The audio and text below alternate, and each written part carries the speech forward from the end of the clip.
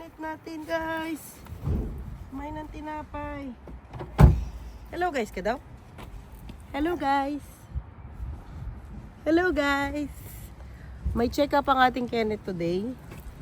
Sana ay hindi nanginginig ang cameraman natin. Punta tayo sa... Ano kasi tawag dyan? Consultative. Oh, anong English niyan? Di ko alam. Children clinic, parang ganyan. May ano si Kenneth today. Appointment. Are you ready? Are you ready, Ken? Hindi masyadong malamig, kaya kami lang ang nakasabi. Let's go. Saan tayo ano? Dito. Dito tayo.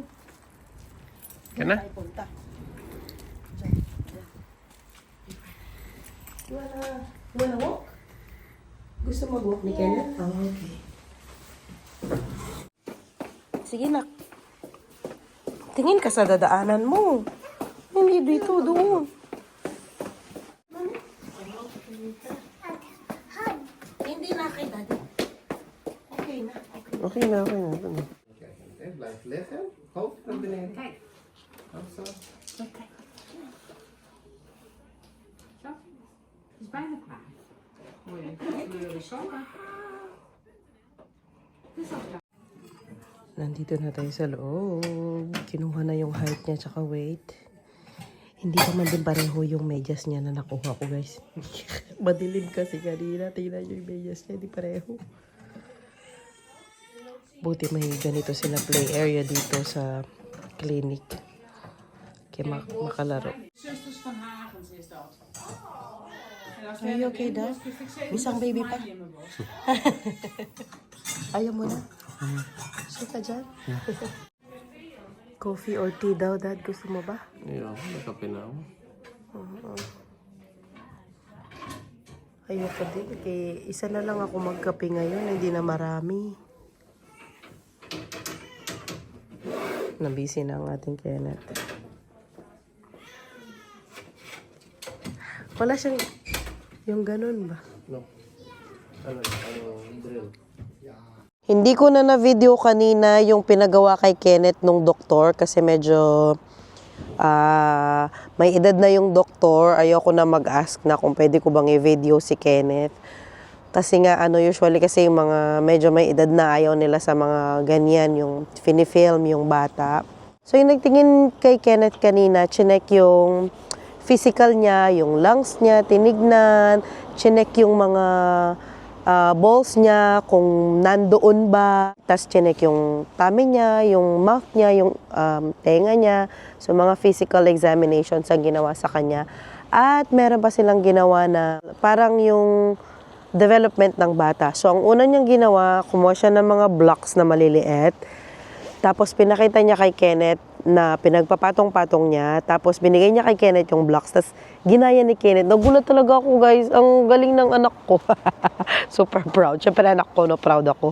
Ang galing niya, pinatong-patong niya yung mga blockses. Tapos kumuha siya ng manika. Tapos tinanong kung nasan yung ilong, nasan yung mata ng manika, nasan yung foot, nasan yung kamay, nasan yung tenga. Nakuha lahat ni Kenneth. Talaga nagulat talaga ako. Alam niya lahat yun. Tapos meron siyang malaking mga placards na ganon. Tapos tinanong din siya na mga pictures, mga solid colors na pictures. Nilagay niya, nasaan yung dog? Nasaan yung cat? Tapos si Kenneth, tinuturo niya, ang galing niya, guys, talaga. Nakuha niya lahat. Tapos pati yung truck, nasan yung truck? Nasan yung... Usually kasi alam ko, mga hayop lang yung alam ni Kenneth. Pati yung nasan yung hangeran, yung sabitan ng jacket, alam din niyo. Ang galing talaga niya. Tapos tinagnan din yung niya, paano siya maglakad. Kasi inano ko din na pag mabilis siya maglakad, yung nagtitiptoe siya. Pero kapag yung mabagal lang nalakad, na normal lang nalakad, okay siya, yung flat yung feet niya. Tapos sinabihan kami na kapag 3 months from now, yung pag 2.5 na, 5 months, ilang months ba? Basta 6 months, 5 to 6 months from now, sabi niyang ganon. Pag hindi pa rin siya na okay, yung nakatiptoe pa rin si Kenneth, tawag kami sa kanila pa-appointment para bigyan nila ng therapist si Kenneth kung paano niya ano yung ano niya, yung paa niya ma-flatten. Pero sabi naman niya sa amin, normal lang daw yon na nangyayari talaga yun sa mga bata na kaedad ni Kenneth na nagtitiptoe sila kapag tumatakbo. And then, yun nga lang daw, before mag-3 siya, dapat mawala na yun. Sabi niya, tawagan daw namin sila kapag hindi pa rin nawala. Anyway, ganun ang tinest kay Kenneth kanina. Also, overall, okay naman siya and sa development niya. Nagpaiwan ako dito sa Karinglop kasi si Daddy at si Kenneth, susundiin nila si Zoe sa school. Hanggang 12 lang kasi siya today. Nagpaiwan ako dito sa second-hand store kasi magtingin ako ng maliit na cabinet para dun sa mga laruan ni Daddy. Titingin lang. Tsaka kung ano pa yung makita-kita kasi matagal na akong di nakapunta sa second-hand store. Dito lang to malapit sa amin. 10 minutes drive. Hinihintay ko pang magbukas kasi 12 o'clock to magbukas. Mga pa siguro, 5 minutes pa siguro bago siya mag-open. Katas nila sinundo si Zoe, balikan nila ako dito today. Free si Daddy. Kinuha nga niyang free kasi nga may check-up ang ating Kenneth. Wait pa ako and then pasok tayo sa second-hand store. Sama ko kayo. Gabi ng mga tao, oh. Dito tayo, pasok tayo dyan. Open na siya, guys. Pasok tayo. Kumuha na ako ng aking cart. Kapasok mga can container. Ang cute, oh. Finrame. Ang ganda. Ito, typical na Dutch ito. Pangbukas.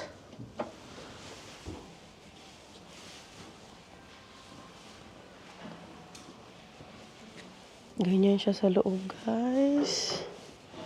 Ay, ang cute ng 3-wheeler na bike. Kung ano-ano na naman yung makikita ko niyan dito. Ang cute, diba? O, imagine mo yan. O, 2 euros lang. Kamura talaga dito. Pang exercise. Gumagana pa kaya ito? Ito pang exercise, 30 euro. Madami silang today, tables and chairs. At meron din mga kutsara tinidor. 25 cents euro per piece. Yoko naman yan. Huwag naman tayo bilhin ng kutsara tinidor dito. Ang cute na mga nila, tables and chairs.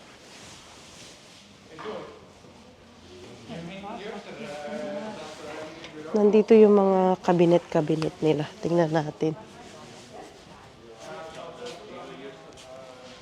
Mga ganyan lang. Ito lalagyan ng TV. Parang hindi siya hindi siya masyadong matibay. Ito. Lalagyan ng TV. Meron naman na tayong ganyan. Tingnan nyo. Ang cute, diba? Lang yan. 40 euros. Mura. Second hand. Wala pa akong nakitang cabinet na panglagay. Eto, may painting din sila dyan.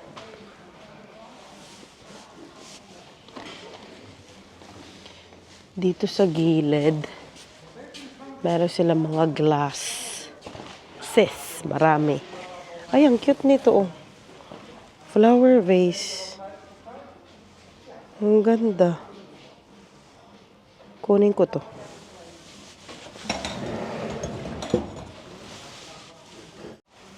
Ang flower vase ay 30 cents lang. Ang mura, diba? Cute din to, oh. Ang kakapal. Makapal. Tingnan nyo to, oh. Para sa bed, pwede ring lagyan ng laptop pag nasa bed ka. Table siya ba? Lang siya, oh. 2 euros. Hindi pa siya na-open kasi pa, oh. Yan, oh. Naka-plastic pa. Kasi meron mga products dito na yung hindi nabenta sa store, ganyan. Tapos lalagay nila dito. Oh, naka-plastic pa talaga. Gusto to ni Daddy. Kunin ko to. Kasi pag nasa bed yun, minsan naglalaro sa laptop niya. Tapos nilalagay lang niya sa lap niya. Bilin ko to para sa kanya. Yes. Tapos meron din mga bed para sa mga bata. May nakita ko dito. Ganyan siya. Tapos meron siyang glass. Ito oh. Ang problema lang, wala siyang yung takip. Door, wala siyang door. Marami rin sila mga lamp dito. Mga floor lamp, mga chandelier, ganyan, madami. Ikot muna ako guys, no? Wala tayong nakitang cabinet. Meron tayong nakitang cabinet, pero ito lang siya. Alam nyo, yung mga ganito, ginagamit nila dito pang sa may bintana, lalagyan ng mga dolls. May nakita ako, ang ganda pa niya as in. Tapos 7 euros, 80 lang, lalagyan ng sapatos. Ayan, pwede ito dun sa bike-coken namin para hindi kalat-kalat yung mga sapatos. Diba? Okay na okay pa siya, oh. Pwede ito doon talaga, as in. Mga shoes, mga tsinelas, panglabas. Para hindi kalat-kalat. Tapos, ang pa niya, hindi siya ganun kalaki. Anipis lang, oh. Tingnan ko. Tanungin ko si Daddy kung kasya to doon sa sasakyan. Yan, oh. Diba? Ang ganda pa. 7 euro, 80. Saan ka pa makabili ng ganyan? Maganda. Dito na tayo sa toys nila. Kaya lang, napakadami. Hindi naman tayo naghahanap ng toys today, no? So, okay na to. Yung table, inano ko doon. Lagay ko doon sa nila entrance para makuha ko kaagad mamaya. Daming mga toys guys, mga damit pang bata, sapatos pang bata. Pero dapat hindi ka maarte. Siyempre dapat marunong ka din mangalkal. Kalkal ka ng kalkal. Tapos sa kabila mga damit. Puro lahat ito second hand. Nasundo na tayo nila. Sino sila? Sila Zoe at sila Daddy. Pakita ko lang sa inyo yung pinamili natin kanina sa second-hand store. Unahin ko na to kasi baka mabasag siya. Ayan. Ito yung una. Ang ganda guys. For 30 cents. Di ba na? Ang ganda. That is vase. Flower vase. Yeah, so nice. Okay. O, doon muna na. Linisin muna ni Mami. No, wag mo munang anuhan. Ang ganda, ang kapal. Tapos ang bigat. Meron na namang babasagin si Dito ka anak. Opo. Ako na po kukuha. Ay, sige, Dad. Thank you, Daddy. Tago po na yung sumulito. Opo. And then, may nabili akong, ginamit na nila, actually. May nabili akong 2 libro. Tig, 80 cents. Libro. Book. Ay, tingnan daw natin gano'ng kagaling si Kenneth sa libro. Asan yung hond? Ano sabi nung hond? Waf. What sabi nung hond? Da. Where is the cat? Da. What check the cat, Dan? What check the cat? How about the hond? What check the hond? Woof.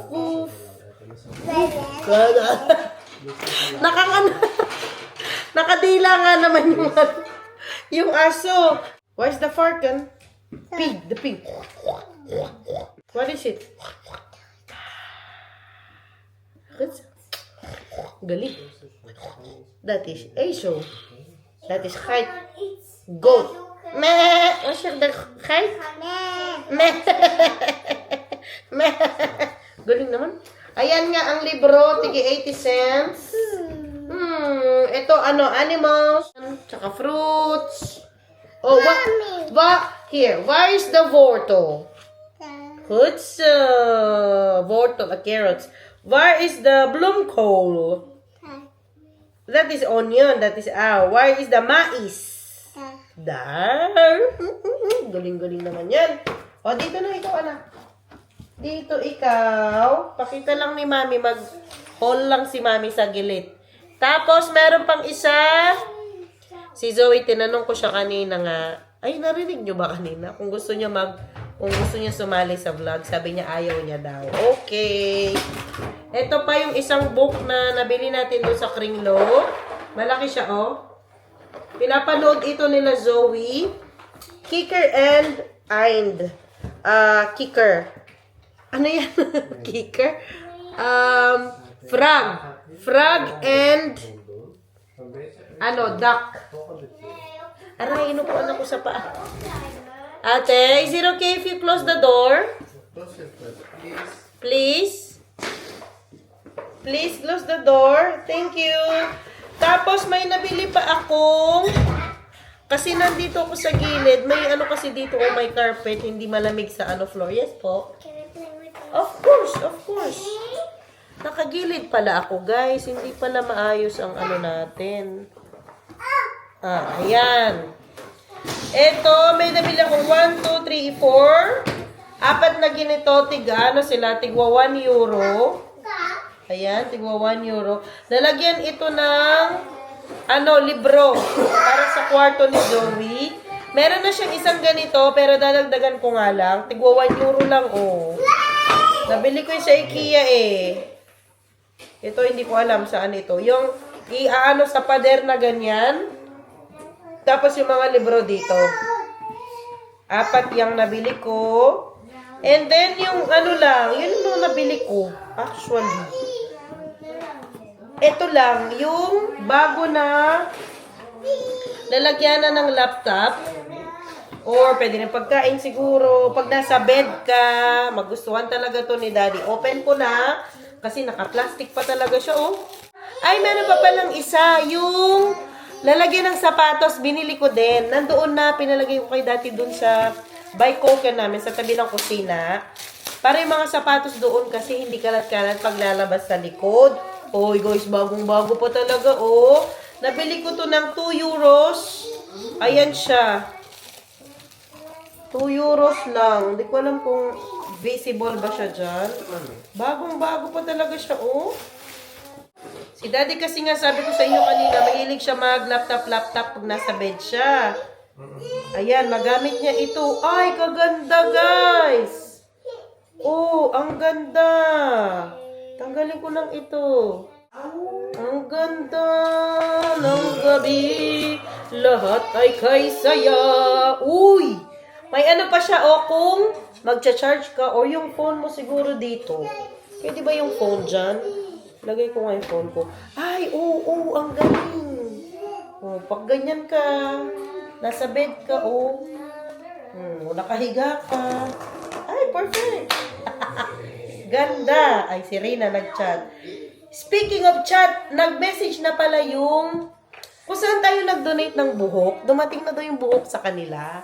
So, sabi nila, nagpa-thank you sila and then, sabi nila, hindi daw nila masisend yung kung kanino mapupunta yung hair. I mean, kaninong pasyente. Pero isisend daw nila sa akin kapag nagawa na yung wig. Ayan.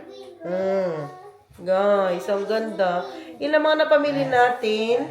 Basta wag ka lang mapili yung ganyan. Marami naman mga murang mga gamit dito, kagaya ng mga ito. Basta, kung nagtitipid ka, kagaya ko, ayan, pwede kayong pumunta dyan sa mga second-hand store. Dito lang sa lugar namin, merong isa, dalawa. Dalawa lang ba? Oo. 2 second-hand store. Lahat binibenta nila. Meron mga sofa, nakita nyo naman kanina. May sofa, mga damit pang bata, damit pang matanda, laruan, sapatos, lahat na ng mga maisip ninyo. Mga gamit pang bahay, mga bike, lahat actually gamit sa kusina, gamit sa living room, pati mga kama meron sila, mga cabinet, kompleto talaga. Basta hindi ka lang talaga yung mapili kasi nga mga second hand store yun. Tsaka for sure, hindi yan sila nalilinis pa. At mga librong ganito, ayan, para sa mga bata. Marami talaga. Mga pang-display, pang-decorations. Meron pa nga mga paso doon. At saka nung Pasko, di ba, doon din ako namili ng yung mga balls na isasabit ko sa Christmas tree. Kasi ganyan talaga ako, no? Basta masolusyonan sa second-hand store. Hindi ako karaka-raka bibili ng mga yung mga gamit na first hand. Password. Alarm. Password. Okay. Anyway, guys, i-end ko na ang vlog natin today. Sana ay nagustuhan ninyo ang trip natin sa second-hand store. Maraming salamat po sa patuloy na panonood ng aming channel. See you all next time. Kung di absent. Bye-bye, guys. Mwah.